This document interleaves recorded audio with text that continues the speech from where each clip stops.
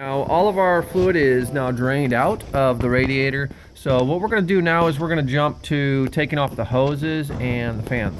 So if we look inside of here, we pull back the front cover that we loosened earlier. You'll see that there is a hose clamp there. You'll want to use a pretty large wrench in order to get that off of there. There's also one over here. This is the upper radiator hose, and we're going to take that off in order to give us some more room. Once we got that off, we're going to disconnect this cable right here, and we're going to do the same on the other fan, and we're going to attempt to get these fans out of here just so it give us a little bit extra working room, because there is a lower radiator hose which you cannot really see. That is this hose right here, and it goes down to the underside, way down in there, that we can't see right now because these fans are in our way.